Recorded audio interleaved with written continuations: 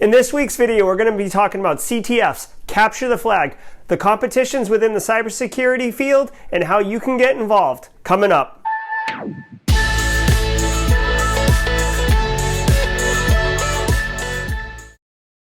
Hey everybody, welcome to Simply Cyber, a YouTube channel designed to help you make and take a cybersecurity career further, faster. Special thanks to our sponsor, Coastal Information Security Group.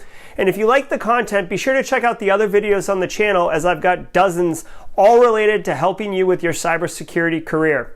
Be sure to hit the subscribe button if you really like it, because I'm pumping out videos every Monday. Thumbs up, bell for notification, comments below. You know the routine. Thank you. So this week we're talking about CTFs, Capture the Flag. Now, these are competition events that usually they're usually time boxed, and they're usually either individual based or team based contests. And effectively what you have is a built network with endpoints and devices on it, and there are flags which are hidden within the network. Now, a flag isn't like a flag like woo flag. No, a flag is like, say that on a server there is a file called flag.txt and it's on the root directory. Within that file is a keyword. Say the keyword is flim flam. Doesn't matter, right? So the flag, like on the contest, it'll say, hey, here's a target, or, you know, like it'll say like, hey, this server is, we think it's vulnerable, check it out. Sometimes there's like elaborate backstories to the CTFs, much like the BioHacking one that we're going to take a look at, but you'll have to like break into that server. Maybe they have Telnet open, accepting anonymous connections. Maybe they're running some type of vulnerable service that you can exploit and get onto the box. Eventually you get on the box. That's the cybersecurity challenge part, and then you just navigate towards the directory where the flag is, open the file, get the flag, submit the flag, get credit for the flag, points go up, your team's doing well, and you move on to the next flag. Now, as I mentioned, they're usually time boxed. There's usually various things, like you'll have to like reverse engineer firmware over here, or you'll have to crack a password over there, or you'll have to exploit some service up in here.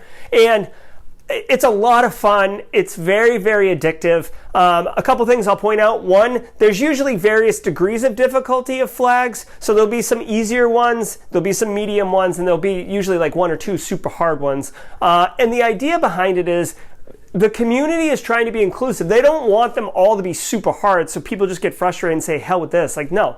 Like, it's supposed to be fun.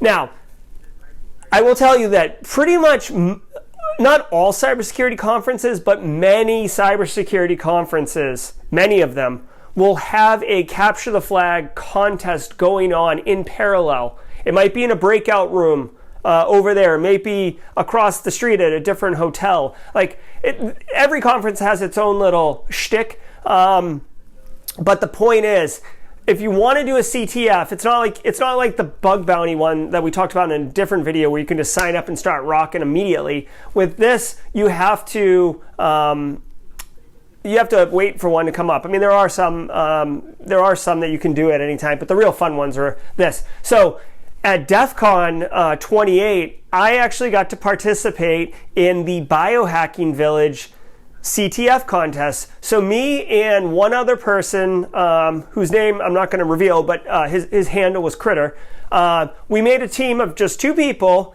and you can have as many people on your team as you want, but we did a two-person team, and we attacked the BioHacking Village. I'm gonna share video footage right here of it, but this one was really cool. So I work in healthcare, so BioHacking Village made a lot of sense. Thermo Fisher, Roche, Philips, a couple of the big medical device vendors helped co-sponsor this event, and they actually had like infusion pumps on the network. They had like an elaborate backstory of a compromised hospital, and the hacker got in and was doing all this stuff, and there was like DICOM files that you had to like look at, and there was FTP server and infusion pumps and HL7, which is a very specific protocol within the healthcare space that you had to deal with. I mean, it was awesome. So like, much love to the BioHacking Village for all the hard work that they put on. Also, there was a Discord server that made communication a lot more fun.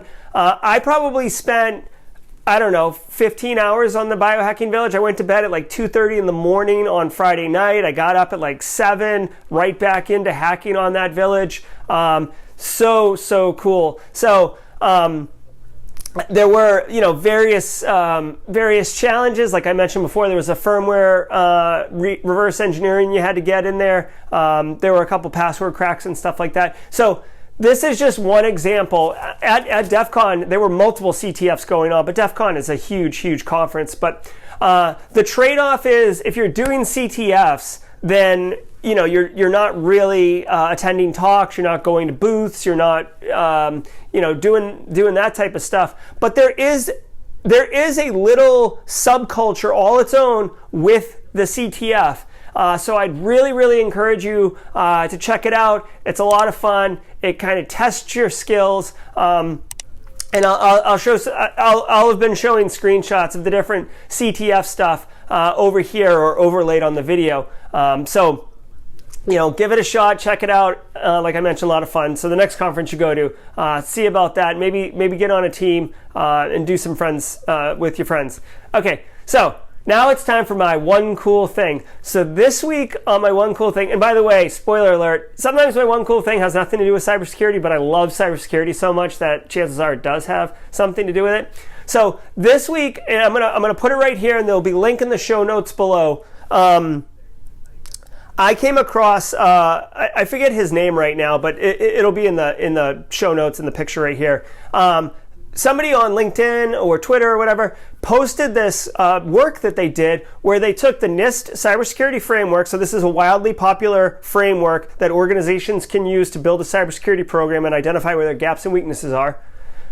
They took the NIST CSF and then they mapped open source software solutions to the various elements within the cybersecurity framework. So if you're on a wicked shoestring budget but you need a cybersecurity program, you can look at the framework, try to put the framework in place, which is a good first step anyways, by the way, and then using these open source tools, start filling in your gaps and reducing your risk. So I thought it was an awesome tool or an awesome crosswalk. I mean, all these tools are out there, but knowing which ones apply to what and how to use them and all that, that piece was missing. So great work by that individual for contributing to the community. So thanks. All right. That's going to do it for this week. If you haven't done it yet, hit the thumbs up if you liked the video. If you liked the content in general, hit the subscribe button, bells.